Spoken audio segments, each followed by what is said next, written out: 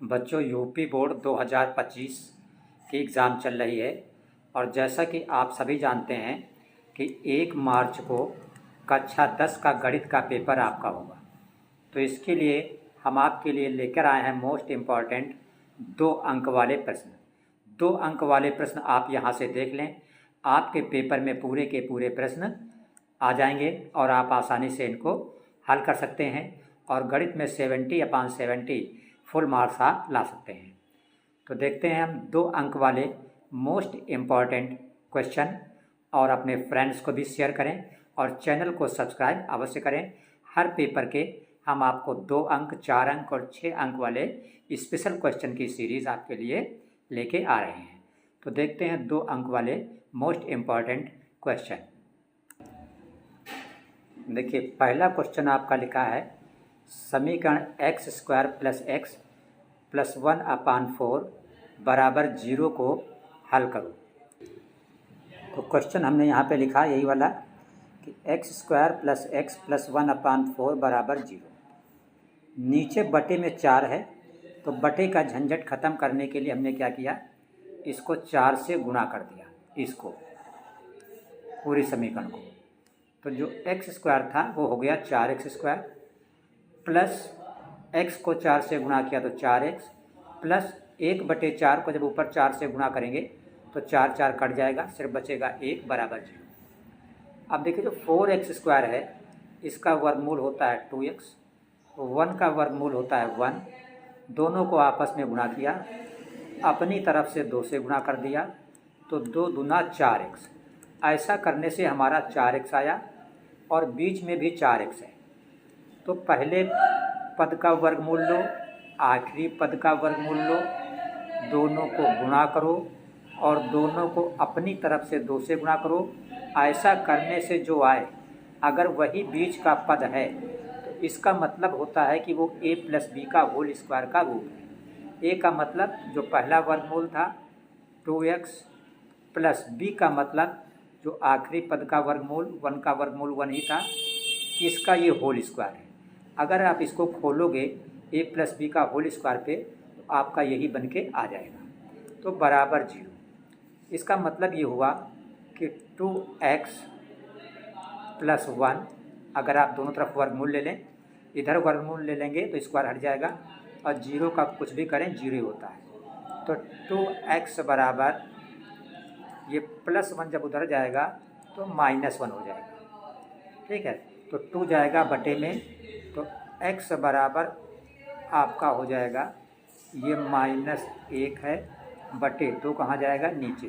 तो x बराबर -1/2 आ गया।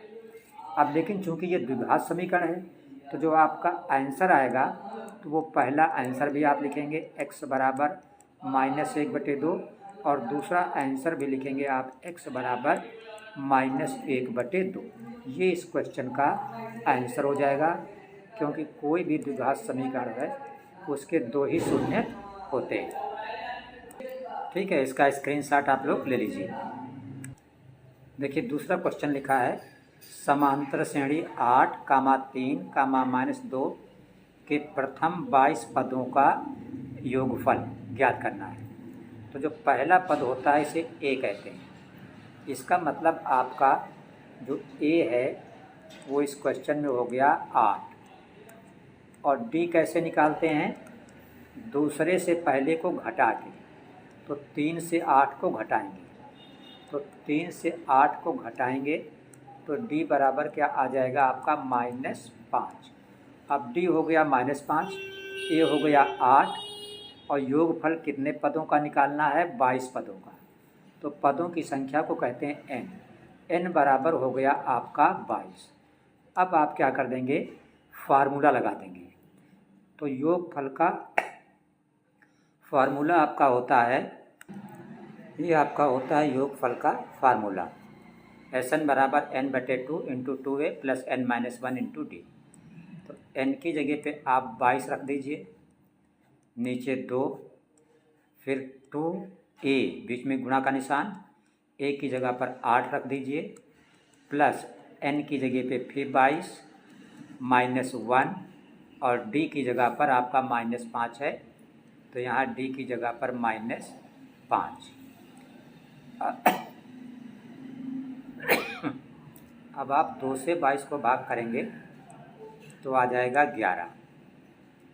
यहाँ पे 8 को 2 से गुणा करेंगे 16 हो जाएगा, प्लस 22 से 1 घटाएंगे 21 हो जाएगा, और गुणित ये है -5, तो ये आपका 11 हुआ, और ये 16 प्लस माइनस का गुणा माइनस, 21 से 5 को गुणा करोगे तो 105। तो ये आप 11 लिखेंगे यहाँ पे, और यहाँ पे कोई चिन्ह नहीं है तो गुणा का चिन्ह। 105 माइनस का है, 16 प्लस का है तो घट जाएगा। 15 से 6 गया 9 बचा, 10 का 9 रह गया, 9 से 1 गया 8 बचा। 105 से 16 घटाया तो 89 बचा। 105 माइनस का है, माइनस वाली संख्या बड़ी है तो यहाँ पे माइनस आप लगा देंगे। अब 11 को आप 89 से गुणा कर देंगे, ये माइनस है, माइनस लगा दीजिए। 11 9 99 का 9 हो जाएगा, हासिल 9। 11 के 88 में 9 जोड़ दो तो 88 2 90 7 97। तो ये आपका आंसर हो जाएगा, आपका आंसर हो जाएगा -979। ये आपका आ गया कितने 22 पदों का योगफल, क्योंकि आपका पदों की संख्या n जो थी वो 22 थी। राइट, स्क्रीनशॉट ले लीजिए इसका। देखिए क्वेश्चन नंबर 3 आपका लिखा हुआ है ये, बहुपद -t की घात 9 प्लस 4t की घात 6 प्लस 7t की घात 5 बटे, नीचे लिखा है t की घात 5, क्या लिखा है t की घात 5, ये नीचे लिखा हुआ है t की घात 5, ये नीचे लिखा है कि घात ज्ञात कीजिए। तो घात का मतलब जो सबसे बड़ी घात होती है, तो नीचे t की घात 5 है, इसका मतलब t की घात 5 का इसमें इसमें और इसमें सब में भाग है। तो जैसे लिखा है -t की घात 9, ये लिखा है, तो इसमें भाग होगा इसका t की घात 5 का। फिर लिखा है जैसे प्लस 4t की घात 6, तो इसमें भी भाग होगा इस t की घात 5 का। फिर जैसे लिखा है प्लस 7t की घात 5, इसमें भी भाग होगा इसका t की घात 5 का। सवाल में नीचे t की घात बटे के नीचे t की घात 5 था, तो t की घात 5 का इसमें भी भाग हो गया, इसमें भी भाग हो गया और इसमें भाग हो गया। तो भाग में जब आधार समान होता है तो घात घटती है, तो ये माइनस लगाया, t की घात यहाँ 9 है, यहाँ 5 है, 9 से 5 घटा तो 4, प्लस ये 4 लिखा, t लिखा, यहाँ पे घात 6 है, यहाँ पे घात 5, तो 6 से 5 घटा तो क्या बच गया 1, प्लस ये 7 बचा, यहाँ t की घात 5 t की घात 5 सेम है तो कट गया। तो ये आपका आंसर आया। अब यहाँ पे आप देख रहे हैं, यहाँ पे t पे घात 1 है, यहाँ पे t पे घात 4 है, तो सबसे बड़ी घात इसमें क्या बची 4, तो आंसर आपका हो जाएगा कि घात बराबर कितनी हुई 4। ठीक है, आप इसकी स्क्रीनशॉट ले लीजिए। ये चौथा क्वेश्चन आपका लिखा है अंग्रेजी वर्णमाला के एक अक्षर को यादृच्छिक रूप से चुना जाता है, प्रायिकता ज्ञात करो कि अक्षर व्यंजन है। तो आप जानते हो अक्षर जो होते हैं स्वर होते हैं और व्यंजन होते हैं, तो ए से लेकर जेड तक कुल अक्षर कितने होते हैं 26 होते हैं। अब इसमें जो स्वर होते हैं इसको वावेल कहते हैं, ए ई आई ओ यू, ये 5 अक्षर क्या हो गए स्वर हो गए। तो कुल अक्षर से अगर ये स्वर घटा दो तो क्या बचेगा व्यंजन, तो व्यंजन बराबर हो गया 26 - 5 बराबर 21। व्यंजन किसके कितने हो गए 21 हो गए। अब प्रायिकता किसकी पूछ रहा है व्यंजन की, तो हमने लिखा व्यंजन होने की प्रायिकता बराबर, तो प्रायिकता का सूत्र होता है अनुकूल घटनाएं बटे कुल घटनाएं।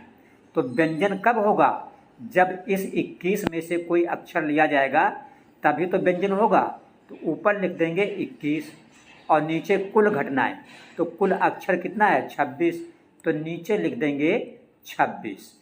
तो व्यंजन होने की प्रायिकता आपकी हो गई 21/26। यही इसका आंसर हो गया।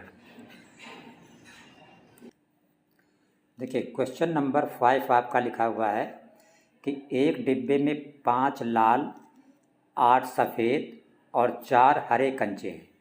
इस डिब्बे में से एक कंचा यादृच्छिया निकाला जाता है। इसकी क्या प्रायिकता है कि निकाला गया कंचा लाल है? तो हमने सबसे पहले लिखा कुल गेंद बराबर 5 + 8 + 4, तो कुल गेंद कितनी हो गई? 17। अब प्रायिकता किसकी ज्ञात करनी है? लाल की। तो लाल कंचे कितने हैं? ये देखिए लाल कंचे 5 हैं। तो जब इस 5 से कोई निकलेगा तभी तो वो लाल होगा। तो हमने लिखा प्रायिकता। प्रायिकता मतलब किसकी? प्रायिकता का मतलब पीई। प्रायिकता को पीई से दिखाते हैं। अब प्रायिकता किसकी निकालनी है? लाल कंचे की। ठीक है, तो ऊपर हम क्या लिखेंगे? 5 लिखेंगे, क्योंकि लाल कंचे 5 हैं। जब इस 5 से आप निकालेंगे तभी वो कंचा लाल होगा। और नीचे क्या लिखा जाता है? कुल घटनाएं। कुल कंचे कितने हैं? 17। तो नीचे लिख देंगे 17। यही इसका आपका आंसर हो गया। अगर यहाँ से पूछता कि सफ़ेद की प्रायिकता, तो सफ़ेद 8 है, तो ऊपर लिख देते 8 और नीचे 17। अगर पूछता हरे कंचे की प्रायिकता, तो हरे 4 है, ऊपर लिख देते 4 और नीचे लिख देते 17। ठीक है। देखिए क्वेश्चन नंबर 6 आपका लिखा है कि निम्नलिखित बंटन का माध्य 2.6, चाहे कहिए माध्य और चाहे कहिए समांतर माध्य, एक ही बात होती है। लिखा है y का मान ज्ञात करो। तो देखिए चर है और यह आपका बारंबारता है। तो जब आप सवाल लगाएंगे तो इस टेबल को आप ऐसे बनाएंगे, जैसे ये चर है पहला, तो पहले कॉलम में आप ऐसे चर लिखेंगे। चर का मतलब पद, और इसे x बोलते हैं। तो 1 2 3 4 5। देखिए वही हमने लिखा 1 2 3 4 5। फिर बारंबारता ये है। बारंबारता को क्या बोलते हैं? f बोलते हैं। ये क्या है? 4 5 y 1 2। देखिए हमने लिखा 4 5 y 1 2। अगला कॉलम आप अपनी तरफ से बनाएंगे f गुणित x, मतलब ये x है और ये f है, इन दोनों का गुणा। जब आप 4 से 1 को गुणा करोगे तो क्या आएगा? 4 हो जाएगा। फिर 5 को 2 से गुणा करोगे तो क्या हो जाएगा? 10 हो जाएगा। फिर आप 3 को y से गुणा करोगे तो 3y हो जाएगा। 4 को 1 से गुणा करोगे 4 हो जाएगा। 5 को 2 से गुणा करोगे 10 हो जाएगा। फिर आप सूत्र लगाओगे कि समांतर माध्य बराबर सिग्मा fx बटे सिग्मा f। तो माध्य आपका कितना है? 2.6। तो यहाँ पे समांतर माध्य, इसकी जगह पे आप लिखोगे 2.6 बराबर, फिर क्या है? Sigma fx। तो ये आपका fx है। सिग्मा का मतलब होता है जोड़, यानी इस fx का जोड़। तो जब आप इसको जोड़ोगे 4 और 10 4 14, 14 4 18 और 18 10 28, 28 और साथ में क्या है? प्लस का ये 3y। तो सिग्मा fx की जगह पे 28 + 3y, यहाँ पे सिग्मा fx की जगह पे। सिग्मा का मतलब जोड़, किसका जोड़? fx का जोड़, बटे सिग्मा f। सिग्मा का मतलब जोड़, किसका जोड़? f, बारंबारता का। तो बारंबारता क्या है? देखिए 4 5 9, 9 1 10, 10 2 12, तो 12 प्लस, और ये क्या है? y। तो 12 + y। अब आप यहाँ पे तिरछा गुणा कर दें। 12 से 2.6 को जब आप गुणा करेंगे तो 12 छंग 72 का 2, हासिल आया 7 दशमलव, 12 दूना 24 और 7 कितना होता है? 24 और 7 होता है 31, 31.2 प्लस, फिर इसका 2.6 का y में गुणा होगा तो ये होगा 2.6y बराबर, इधर क्या बचा? 28 + 3y, 28 + 3y। तो देखिए ये 2.6y है, ये 31.2 इधर है, और प्लस का 28 आप इधर लाएंगे तो माइनस का 28 हो जाएगा। बराबर इधर क्या बचा 3y बचा, और प्लस का 2.6y आप उधर ले जाए तो हो जाएगा माइनस का 2.6y। 31 से 28 घटा दो तो 4 बचेगा, तो 4.2 बराबर 3 से जब आप 2.6 घटाओगे तो बचेगा 0.4y।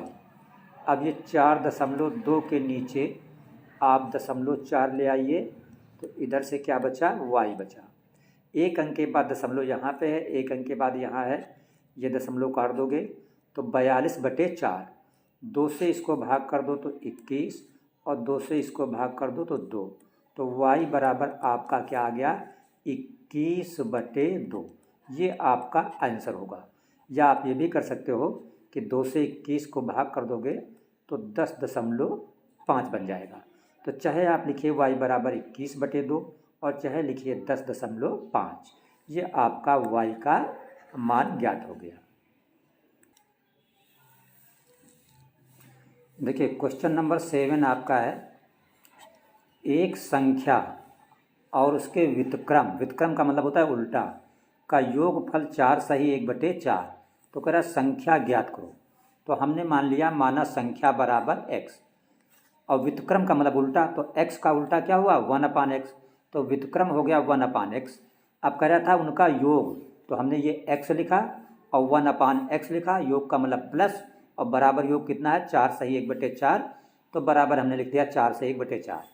अब x प्लस 1/x बराबर, ये 4 चक्कू 16 हुआ, 16 1 17, 17/4। फिर हमने क्या किया, इस 4 से इधर तिरछा गुणा कर दिया, तो 4 का x में गुणा तो 4x, 4 का 1/x में तो 4 1 कम 4, 4/x बराबर इधर क्या बचा ये 17 बचा।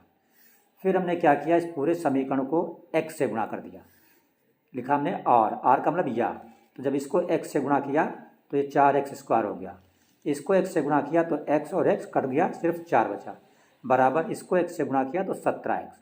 अब हम 17x किधर ले आए, इधर का मतलब राइट से लेफ्ट की तरफ। तो जब 17x इधर आएगा तो माइनस का हो जाएगा, तो देखिए 4x² हमने लिखा, 17x इधर आया तो माइनस का हो गया, और फिर +4 इधर ही है तो +4 बराबर 0। अब देखिए 4 और 4 का गुणा कितना होता है 16, इसीलिए 17 के जो गुणनखंड होंगे वो 16 + 1, क्योंकि 16 1 कम 16 हो जाएगा और 16 1 17 बन जाता है। तो 4x² को हमने 4x² ही लिखा है, माइनस की जगह पे माइनस, सिर्फ 17 की जगह पे लिख दिया 16 + 1, और ब्रैकेट बंद, बाहर x है तो x + 4 बराबर 0। अब ब्रैकेट खोल दिया तो 4x² का 4x² ही है, माइनस x का 16 में गुणा 16x, माइनस से ये प्लस जो है माइनस का हो जाएगा, x का 1 में गुणा हुआ x + 4 बराबर 0। अब इन दोनों से 4x हमने कामन लिया, कामन का मतलब होता है भाग करना, तो 4 से 4 कट गया, x से x² में भाग गया तो x बचा, माइनस का माइनस, 4 से 16 को भाग किया 4 आया, और x से x कट गया। अब इसमें कुछ कामन नहीं है, ये चिन्ह माइनस का है, हमने माइनस लगाया, जहाँ पे कुछ कामन नहीं होता वहाँ पे कामन 1 लिया जाता है। ब्रैकेट लगाया, क्योंकि माइनस बाहर हो चुका है तो ये x बचा, और जब ब्रैकेट के बाहर माइनस होता है तो अंदर का चिन्ह बदल जाता है, प्लस है तो क्या हो जाएगा माइनस, 4 के 4 बराबर 0। अब देखिए x - 4 यहाँ भी है और x - 4 यहाँ भी है, तो आप x - 4 ऐसे कामन ले लोगे। अब यहाँ से क्या बचा, ये 4x बचा, और यहाँ से क्या बचा -1 बचा, और बराबर हो गया 0। तो एक बार लिखोगे जब x - 4 बराबर 0, एक बार इसको 0 के बराबर, तो x बराबर आपका क्या हो गया, -4 उधर गया तो क्या हो गया +4, तो एक x की वैल्यू ये निकल आई। इसी तरह इसको लिखोगे कि जब 4x - 1 बराबर 0, तो 4x बराबर -1 इधर आएगा, +1 हो जाएगा, तो x बराबर 1, और 4 कहाँ जाएगा उधर नीचे, x बराबर 1/4। तो आपका x कितना आया 4 और 1/4। तो कह रहा था संख्या ज्ञात कीजिए, तो आंसर में क्या आया, संख्या आपकी क्या आई 4 आई, और क्या आई 1/4। तो चाहे 4 बोलो और चाहे 1/4 बोलो, ये दोनों आंसर आपके सही है। क्वेश्चन नंबर 8 है साइन ए माइनस बी बराबर 1/2। तो हमने लिखा साइन ए माइनस बी बराबर 1/2। तो साइन ए माइनस बी बराबर, अब 1/2 टेबल में साइन कितने अंश का मान होता है? तो आप जानते हो साइन 30 अंश का मान 1/2 होता है, इसलिए 1/2 की जगह पे साइन 30 अंश लिख देंगे। अब साइन से साइन ये कैंसिल हो गया, तो इधर बचा ए माइनस बी और इधर बचा 30 अंश। ये आपकी हो गई एक समीकरण। दिया है कॉस ए प्लस बी बराबर 1/2। तो कॉस ए प्लस बी बराबर 1/2। अब 1/2 जो है टेबल में कॉस कितने अंश का मान होता है? कॉस 60 अंश का मान होता है। तो कॉस कॉस कैंसिल हो गया, तो ए प्लस बी बराबर हो गया 60 अंश। ये समीकरण नंबर 2। हमसे कह रहा है ए और बी का मान ज्ञात करो। तो समीकरण 1 हमारी है ए माइनस बी बराबर 30 अंश और समीकरण 2 हमारी है ए प्लस बी बराबर 60 अंश। इन दोनों को अगर आप जोड़ दो तो minus B plus B cut जाएगा, ए और ए जुड़ के 2a हो जाएगा और 60 और 30 कितना हो जाएगा? 90 अंश। अब 2 हटेगा तो कहाँ जाएगा? 90 के नीचे। तो a बराबर हो गया 90/2। इसका मतलब a बराबर आ गया 45 अंश। तो जब a 45 आ गया तो आप देखो a प्लस बी बराबर 60 है कि नहीं? यह आपका a प्लस बी बराबर क्या है? 60 है। तो a निकला है 45। तो a की जगह पे आप 45 लिख दो प्लस b बराबर 60। तो 45 इधर जाएगा तो माइनस हो जाएगा। तो b बराबर 60 माइनस 45। तो b बराबर कितना आ गया? 15 अंश। तो आपका b आया 15 और a आया 45। तो यही आपका हो गया आंसर कि a बराबर 45 अंश और b बराबर 15 अंश। क्वेश्चन नंबर 9 आपका है विद्यार्थियों द्वारा प्राप्त अंकों के निम्नलिखित 12 बंटन का बहुलक ज्ञात करो। क्या ज्ञात करना है? बहुलक। तो आपको पता होना चाहिए, हमने लिख दिया है बहुलक किसे कहते हैं? जिसकी बारंबारता सबसे अधिक हो। तो देखिए जो संख्या होती है, जिसे लिखा विद्यार्थियों की संख्या को ही बारंबारता f कहा जाता है। तो बारंबारता देखिए 5, 12, 20, 10, 3। तो सबसे बड़ी बारंबारता क्या है? 20। ठीक है। तो 20 के सामने क्या है? 20 के सामने है ये 20 से 30।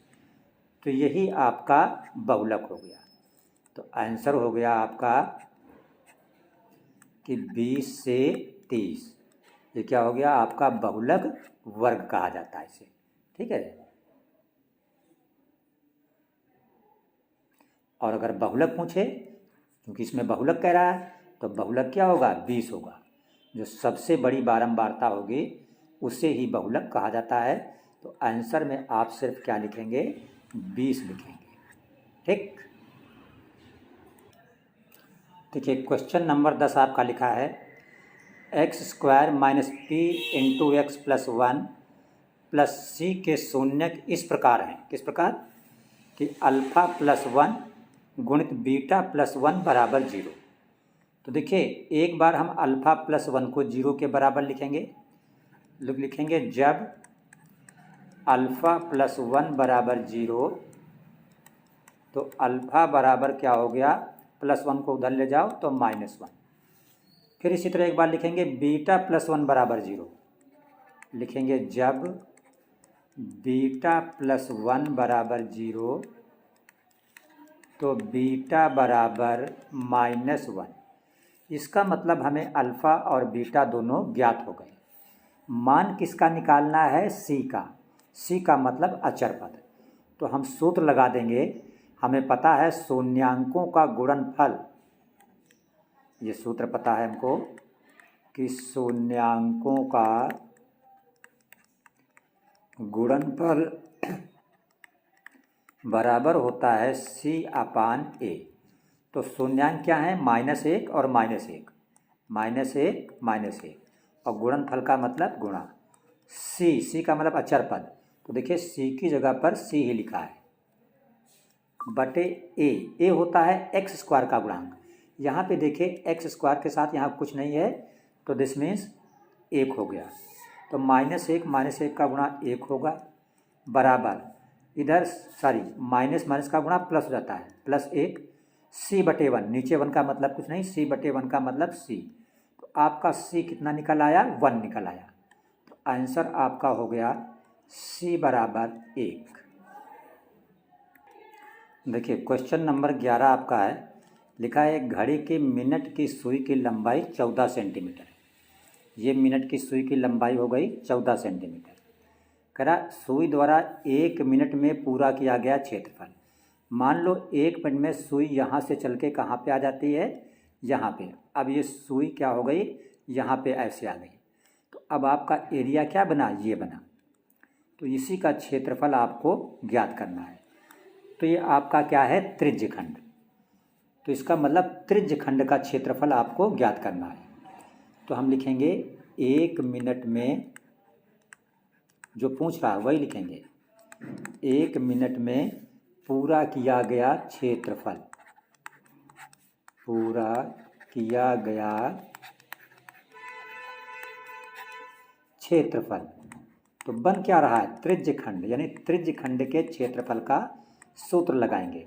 और आप जानते हो त्रिज्यखंड के क्षेत्रफल का सूत्र होता है θ/360 गुणित πr²। थीटा का मतलब ये वाला कोण, ये इतना। तो 1 मिनट में आपको याद होना चाहिए कि 1 मिनट में जो कोण बनता है वो बनता है 6 अंश का। ये बात आप याद रखेंगे। तो चूंकि 1 मिनट चल रहा, तो थीटा की जगह पे आप क्या लिख देंगे? 6, और नीचे क्या है? 360। पाई दिया है, देखिए 22/7, पाई की जगह पे 22/7 r²। जो सुई की लंबाई 14 है, ये त्रिज्या का काम करेगी। तो r² का मतलब 14 गुणित 14। तो देखिए 7 एकम 7 और 7 दूना ये 14 हो गया। ये 6 एकम 6 और 6 से 36 को भाग करोगे 6, और ये नीचे 0 60। तो ऊपर 22 14 2, ऊपर आपका बचा 22 14 और 2, ठीक है। और नीचे आपका बच रहा है सिर्फ 60। तो 2 से भाग कर दोगे 30 आ जाएगा, फिर 2 से भाग कर दोगे 15, और इसको 2 से भाग कर दोगे तो 7, ठीक है। अब कुछ नहीं कटने वाला, तो 22 को 7 से गुणा कर दोगे तो 154 आ जाएगा, और नीचे क्या है? 15। अब अगर आप 15 से 154 को भाग कर दो तो 15 दहा में 150, और नीचे 4, तो 10 सही 4/15। तो ये हो गया 10 सही 4/15। और चूँकि इस लंबाई सेंटीमीटर में थी, तो क्षेत्रफल आपका क्या हो जाएगा? वर्ग सेंटीमीटर। ये आपका आंसर हो गया। 1 मिनट में सुई जो है इतना वर्ग सेंटीमीटर एरिया कवर करेगी। मीन्स ये एरिया कितना निकल आया? 10 सही 4/15। तो ये आपका आंसर है। आप स्क्रीनशॉट ले लीजिए इसका। क्वेश्चन नंबर 12 आपका लिखा है, दो संख्याओं का योगफल और अंतर 10 और 2 है, संख्याएं ज्ञात करो। तो संख्या हमने मान लिया एक है x और दूसरी है y, और इनका जो योगफल है वो कितना है? 10 है। तो यानी x + y = 10।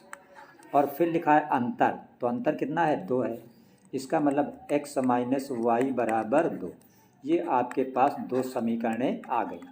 अब आप दोनों को जोड़ दो तो +y - y कट जाएगा, x 2x, और 10 और 2 जोड़ोगे 12। तो x = 12 और 2 कहाँ जाएगा? बटे में। तो x बराबर हो गया 6। x का मान रख दो समीकरण 1 में। x का मान कहाँ रख दो? समीकरण 1 में रखने पर। तो समीकरण 1 है आपकी x + y = 10। तो x आपका निकला है 6 + y = 10। तो y = 10, ये प्लस का 6 उधर जाएगा, माइनस का 6, तो y = 4। तो आपका जो इस सवाल का आंसर हुआ वो हुआ x = 6 और y = 4। ठीक है बच्चों, स्क्रीनशॉट ले लो उसका। क्वेश्चन नंबर 13 आपका है cos 30 अंश प्लस sin 60 अंश बटे 1 + sin 30 अंश प्लस cos 60 अंश का मान ज्ञात करो। तो मान ज्ञात करना है, पहले आप यहाँ पे क्वेश्चन लिखेंगे और फिर मान रख देंगे। तो हम डायरेक्ट मान रख के दे रहे हैं। जैसे ये cos 30 अंश है, तो आप जानते हो cos 30 अंश का मान होता है √3/2 प्लस फिर क्या है sin 60 अंश का मान भी होता है √3/2 बटे नीचे ये 1 लिखा है तो 1 लिखा, प्लस फिर क्या लिखा है sin 30। तो sin 30 का मान होता है 1/2 प्लस cos 60 का मान भी होता है 1/2। देखिए देखने में कठिन लग रहा है बहुत आसान। तो ऊपर देखो, इसका भी हर 2 है, इसका भी हर 2 है, तो हर बराबर है तो 2 लिख देंगे।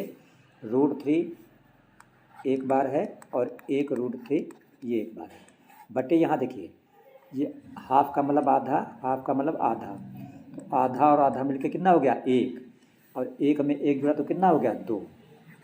ठीक, अब देखो ये √3 2 बार है तो क्या हो गया 2 √3, अब बटे नीचे क्या था 2, अब फिर बटे नीचे क्या था 2, तो इस 2 से ये 2 क्या हुआ कट गया, तो ऊपर क्या बचा √3 और नीचे क्या बचा सिर्फ 2। यही इस क्वेश्चन का आंसर हो गया। ठीक है, स्क्रीनशॉट ले लीजिए। देखिए क्वेश्चन नंबर 14 आपका लिखा है द्विघात समीकरण 3x² - 2√6x + 2 = 0 के मूल ज्ञात कीजिए। तो मूल ज्ञात करने के, मूल का मतलब शून्यक, 2 तरीके होते हैं। एक तरीका होता है कि आप गुणनखंड कीजिए और दूसरा तरीका होता है कि आप सूत्र लगा दीजिए। कौन सा सूत्र? श्रीधराचार्य सूत्र। तो श्रीधराचार्य सूत्र ये होता है x = -b + √b² - 4ac/2a, जहाँ पे a का मतलब होता है x² का गुणांक। देखिए x² के साथ 3 है तो a = 3 हो गया। b का मतलब होता है x का गुणांक, तो x के साथ है -2√6 तो b हो गया b = -2√6। c का मतलब होता है अचर पद, तो c कितना है 2, तो c बराबर हो गया 2। अब हमने a b c के मान इसी सूत्र में रख दिए। ये देखिए माइनस है, हमने माइनस लगा दिया, फिर b है तो ब्रैकेट में हमने ये b -2√6 था तो -2√6 रख दिया, प्लस माइनस है प्लस माइनस लगा दिया, अंडर रूट में क्या है b², तो देखिए इसका हमने स्क्वायर किया है तो माइनस का स्क्वायर प्लस हो जाता है, 2 का स्क्वायर 4 होता है, √6 का स्क्वायर जब करेंगे रूट हट जाएगा 6 हो जाएगा, 4 का 6 में गुणा 24, इसलिए b² की जगह पे डायरेक्ट हमने 24 रख दिया है। -4ac, 4 a का मतलब 3 गुणित c का मतलब 2, नीचे 2a 2 गुणित 3। अब देखिए माइनस माइनस क्या हो गया प्लस हो गया, तो क्या बचा 2√6 प्लस माइनस। देखिए यहाँ पे हमने 0 रख दिया, क्यों 0? देखिए 4 3 12 दूना 24, तो जब 24 से 24 घटेगा तो क्या हो जाएगा 0। तो अगर 0 ऊपर है तो नीचे कुछ भी हो उसका मतलब 0 ही होता है। तो आंसर क्या आया 2√6। लेकिन समीकरण तो द्विघाती है, तो द्विघाती है तो मूल भेद 2 निकलेंगे, तो आंसर हम क्या लिखेंगे 2√6, 2√6। इसका मतलब दोनों मूल कैसे हैं बराबर है। जब दूसरा x का मान नहीं निकला तो पहला भी यही होगा और दूसरा भी यही होगा। देखिए क्वेश्चन नंबर आपका ये है 15। तो क्वेश्चन नंबर 15 है एक व्यक्ति किसी बिजली के खंभे के शिखर से देखता है। ये हमने बिजली का खंभा बना दिया AB, इसका शिखर क्या है B। वो यहाँ से देखता है, क्या देखता है कि धरातल का मतलब ये जमीन AC के एक बिंदु का अवनमन कोण 60 अंश है। यहाँ से देखता है कि धरातल के बिंदु यहाँ पर अवनमन कोण कितना बन रहा है 60 अंश। खंभे के पाद से, जैसे खंभा है जो निचला पॉइंट होता है उसको पाद कहा जाता है, पाद से बिंदु की दूरी 25, यानी यहाँ से जिस बिंदु पे कोण बन रहा है वो दूरी कितनी है 25 मीटर। तो खंभे की ऊंचाई ज्ञात कीजिए। क्या ज्ञात करना है?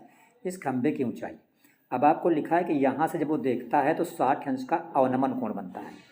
तो अवनमन कोण बनाने का तरीका होता है कि जो ये रेखा होती है क्षैतिज, इसके समांतर यहाँ से रेखा खींच दी जाती है, बस, और कुछ नहीं करना पड़ता है।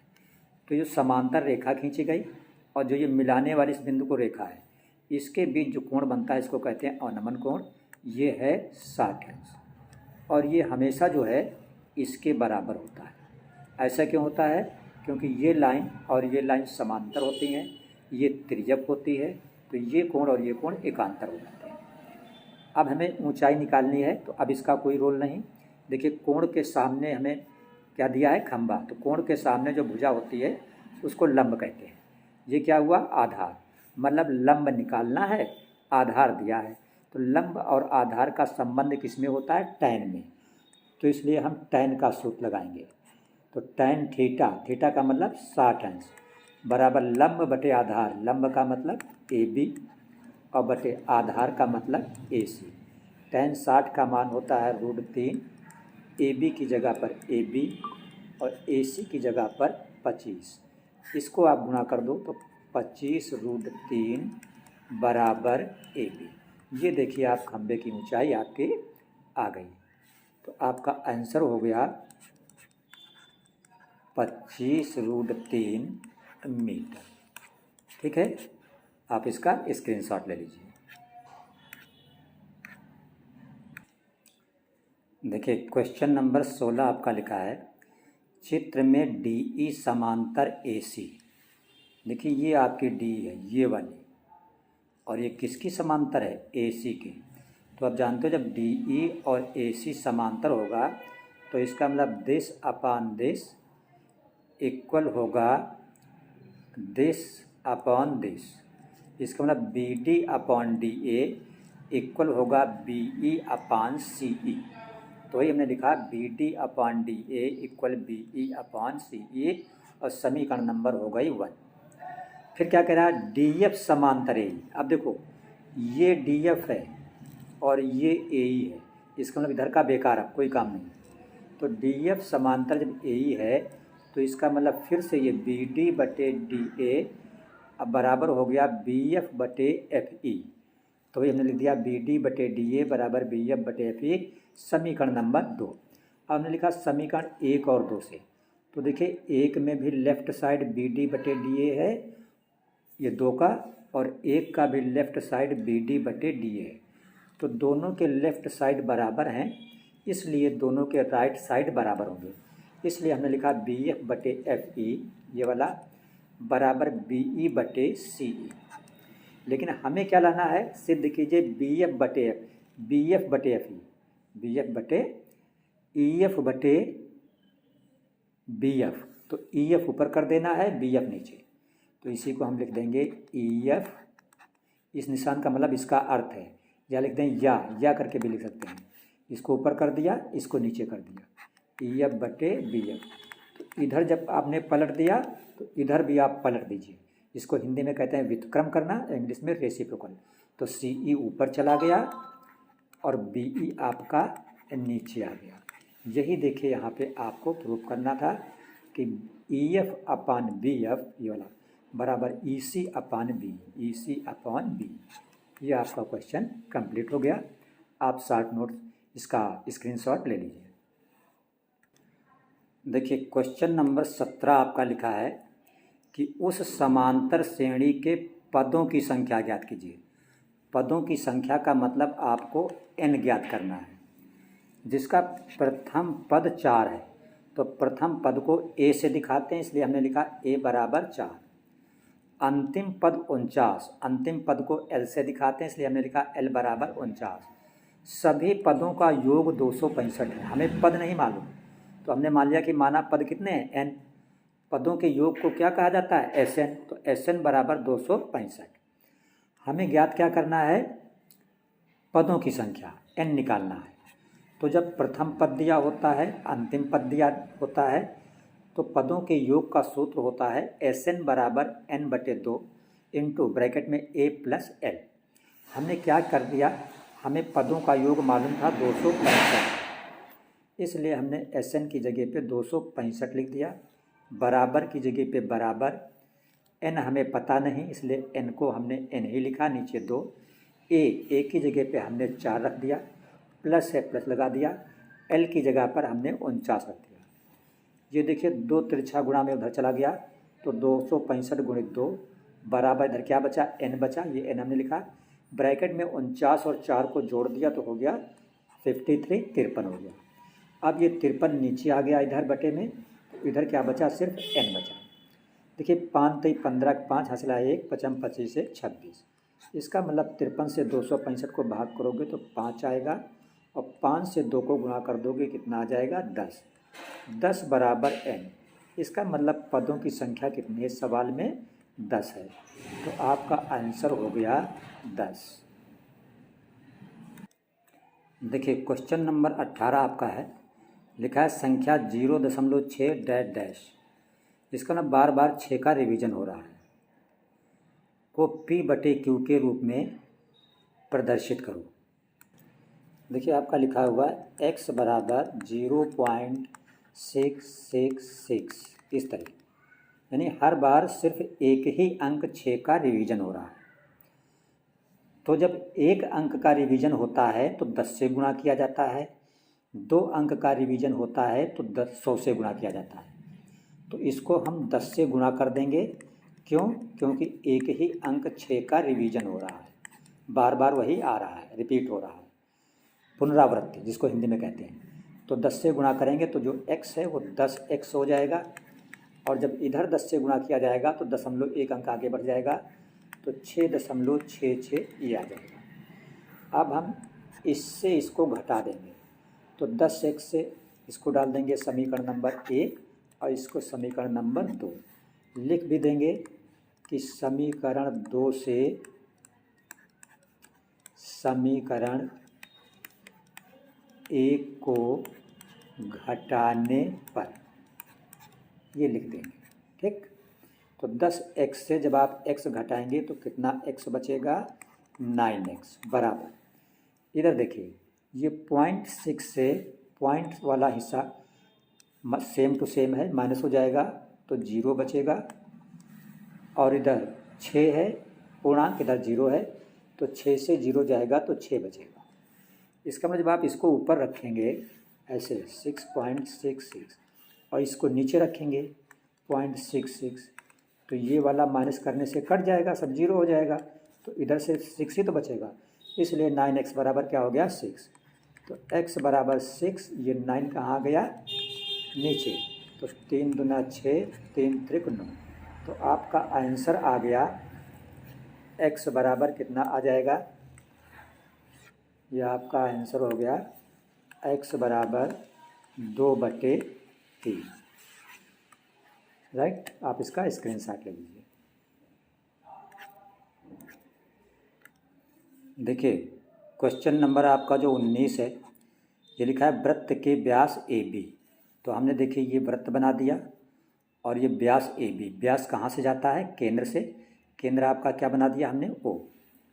AB के सिरे A जो है -2, -7 है, A के निर्देशांक -2, -7, B जो है 1, -11, तो B के निर्देशांक 1, -11, इसको आप x1 y1 बोल सकते हैं, इसको आप x2 y2 बोल सकते हैं। कह रहा वृत्त की त्रिज्या तथा केंद्र के निर्देशांक ज्ञात कीजिए। त्रिज्या ज्ञात करना है और केंद्र के निर्देशांक। तो देखिए जो केंद्र होता है वो व्यास का कैसा होता है, मध्य बिंदु। जो केंद्र होता है आपका वो व्यास का कौन सा बिंदु होता है, मध्य बिंदु होता है।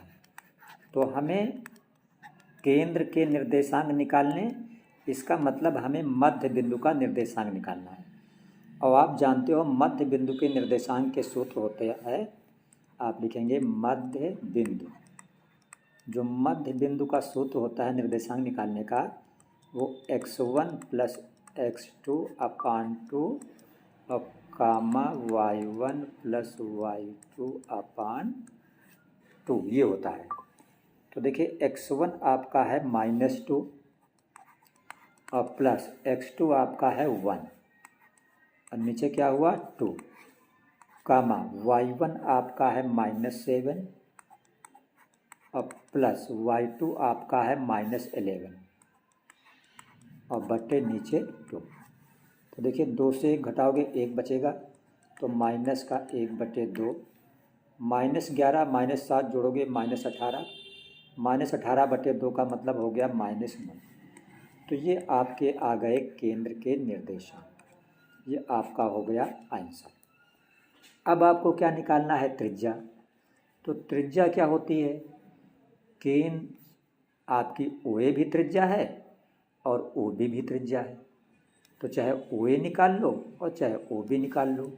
तो देखिए जो O है इसके निर्देशांक आपके क्या निकले हैं, -1/2 और -9, और जो आपका A है इसके निर्देशांक हैं दिए हैं -2 -7 और OA आपकी त्रिज्या है।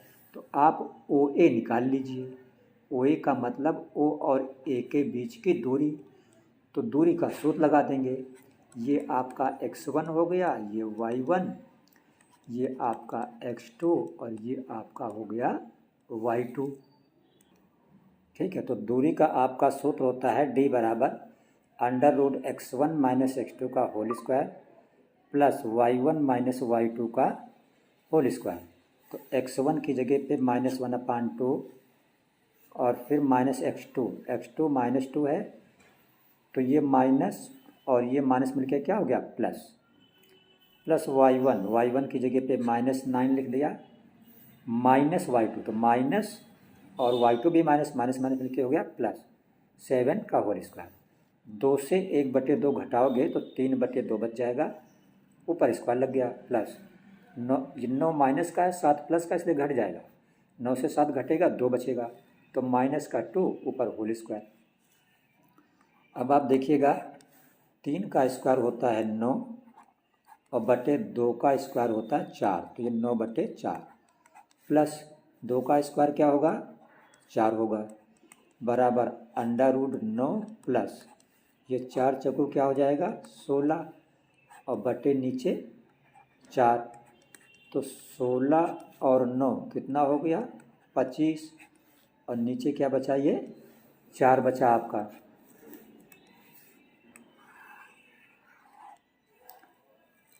तो 25 का वर्गमूल कितना होता है 5 होता है और 4 का वर्गमूल 2। तो आपकी त्रिज्या कितनी निकल आई 5/2। तो ये आपका इस क्वेश्चन का दूसरा आंसर हो गया।